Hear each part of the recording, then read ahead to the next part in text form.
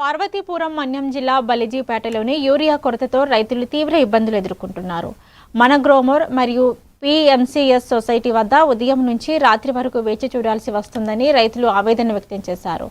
App biometric సమస్యలు, పరిమిత urea పంపిణీ కారణంగా పంటలకు ఎరువులు అందడం లేదని ఆరోపిస్తూ సిఐటియు రైతు సంఘం ఆధ్వర్యంలోని నిరసన చేపట్టారు. రైతులకు తగినంత యూరియాను వెంటనే అందుబాటులోకి తీసుకురావాలని ప్రభుత్వాన్ని డిమాండ్ చేశారు.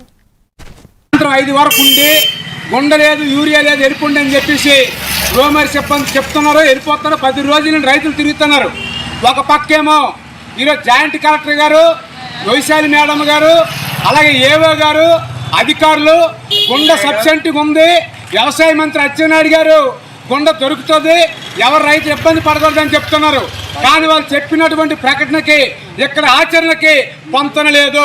పైగా అధికారులు అడిగితే చాలా వల్గర్గా గ్రోమర్ సిబ్బంది సమాధానం చెప్తున్నారు. ఒక్క గ్రోమర్లను కాదు, ఈరోజు పిఎస్సిఎస్ సొసైటీ ఉంది.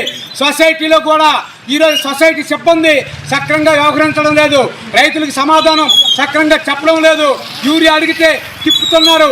ఈరోజు రాజకీయ నాయకులు చెప్పిన వాళ్ళకి యూరియా అందుతుంది తప్ప నిజమైనటువంటి రైతులకి అందడం లేదు.